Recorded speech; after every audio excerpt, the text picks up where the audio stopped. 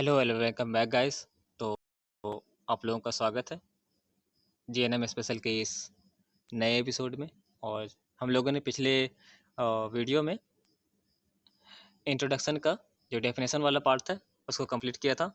तो आज जो हम लोग कंप्लीट करने वाले हैं वो है हिस्ट्री वाला पार्ट, क्योंकि डेफिनेशन वाला पार्ट कंप्लीट हो चुका है। अब हम लोग हिस्ट्री देखने वाले हैं। तो जो हिस्ट्री के अंदर है उसमें डिफरेंट डिफरेंट चीज़ें आती है। तो उसमें सबसे पहली चीज़ जो आती है वो आती है आइडेंटिफिकेशन डाटा।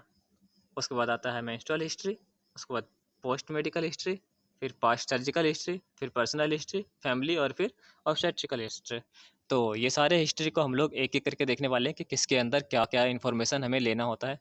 और ये हिस्ट्री लेना बहुत ज़्यादा ज़रूरी होता है गायनेकोलॉजी में, क्योंकि ये सारी चीज़ें एक तरह से रोल करती है अपना, मतलब ये चीज़ें अपना रोल निभाती है ताकि एक जो नर्स होती है या फिर एक डॉक्टर जो होता है वो अपना एक बेहतर डिसीजन ले सके और जो पेशेंट की अच्छे से केयर हो सके। तो सबसे पहले है हमारा आइडेंटिफिकेशन डाटा। तो इसके अंदर हमें क्या क्या लेना होता है? तो सबसे पहले है name of the patient, age, father या हस्बैंड का नेम, मैरिटल स्टेटस जो उसका कास्ट है, रिलीजन है, एजुकेशन है, ऑक्यूपेशन है मतलब वो क्या काम करते हैं, फिर उसका एड्रेस कहाँ है और उसका फ़ोन नंबर कम्युनिकेशन पर्पज़ के लिए। ठीक है। तो आइडेंटिफिकेशन डाटा आपको अच्छे से समझ में आ गया। तो आप जो डाटा मैं अभी आपको बता रहा हूँ इसको आप नोट कर लीजिए, क्योंकि ये एग्ज़ाम में आ सकता है।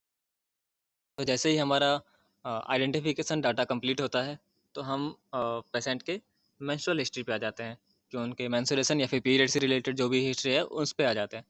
तो उसमें हमें पूछना होता है सबसे पहले कि जो उनका मेनार्के है वो कब हुआ था, मतलब पहला पीरियड उन्हें कब आया था। फिर उनके रेगुलरिटी के बारे में पूछना होता है कि पीरियड रेगुलर आता है कि नहीं आता है।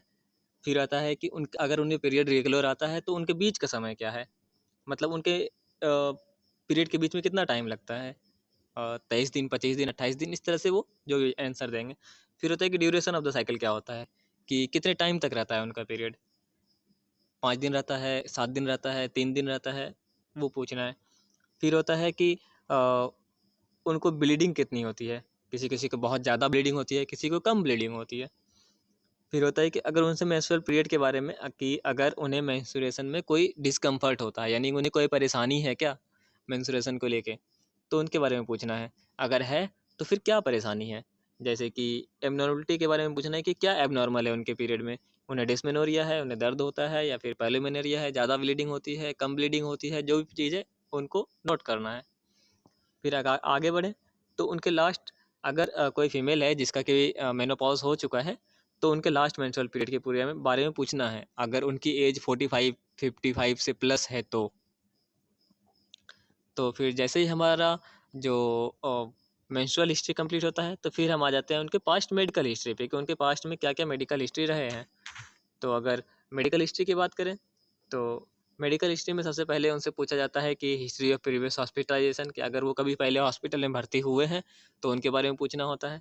फिर मेडिकल डिजीज़ के बारे में पूछना होता है कि अगर उन्हें कोई पहले डिजीज़ या बीमारी पहले रह चुकी है तो उसके बारे में पूछना होता है।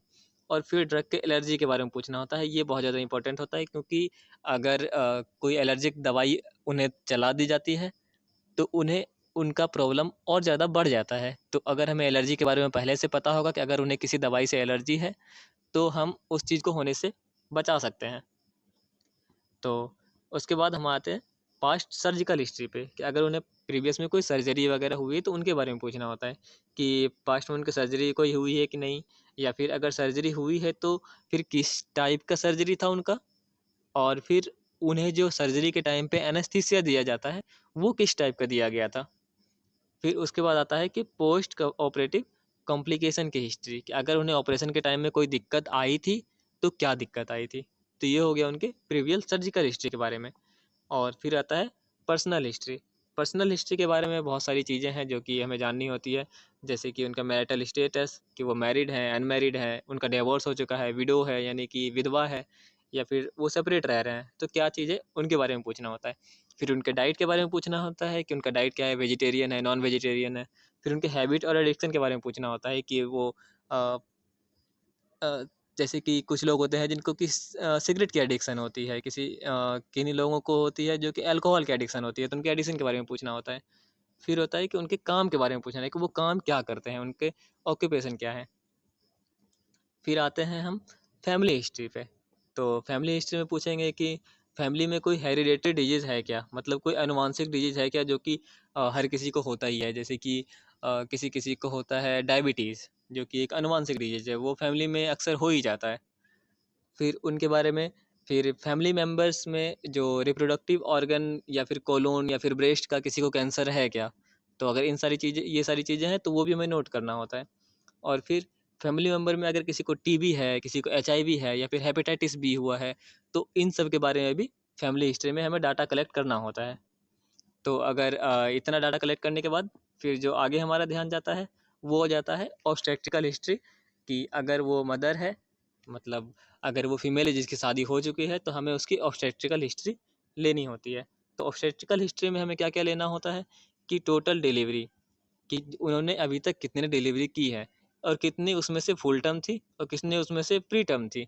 मतलब कौन सी डिलीवरी थी जो कि 9 महीने पूरे होने के बाद उन्होंने की थी, और कौन कौन सी डिलीवरी थी जो कि 9 महीने पूरे होने से पहले ही उनका डिलीवरी हो गया था।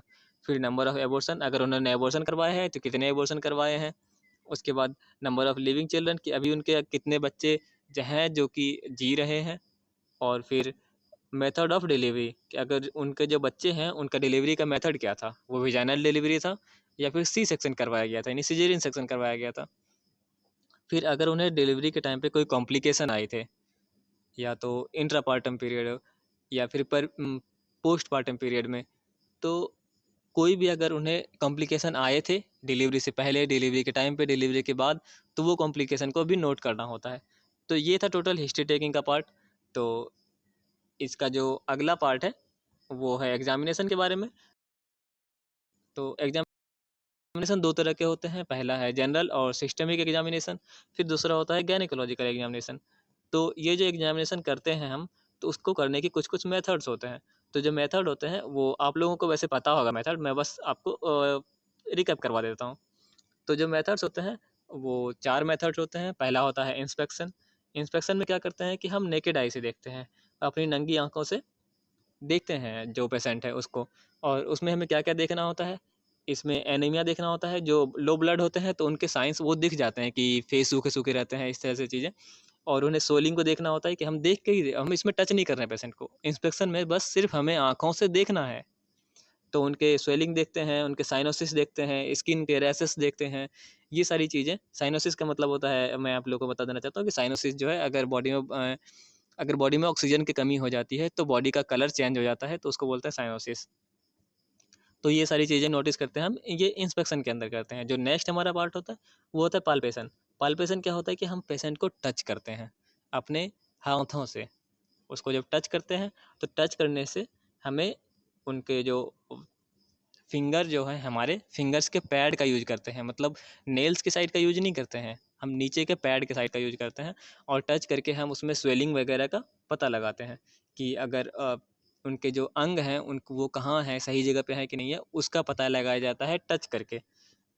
तो आपने देखा भी होगा कि कभी कभी डॉक्टर जो है वो टच करते हैं पेशेंट को, अगर और टच करके वो पता लगाते हैं कि जो ऑर्गन है वो सही जगह पे है कि नहीं है।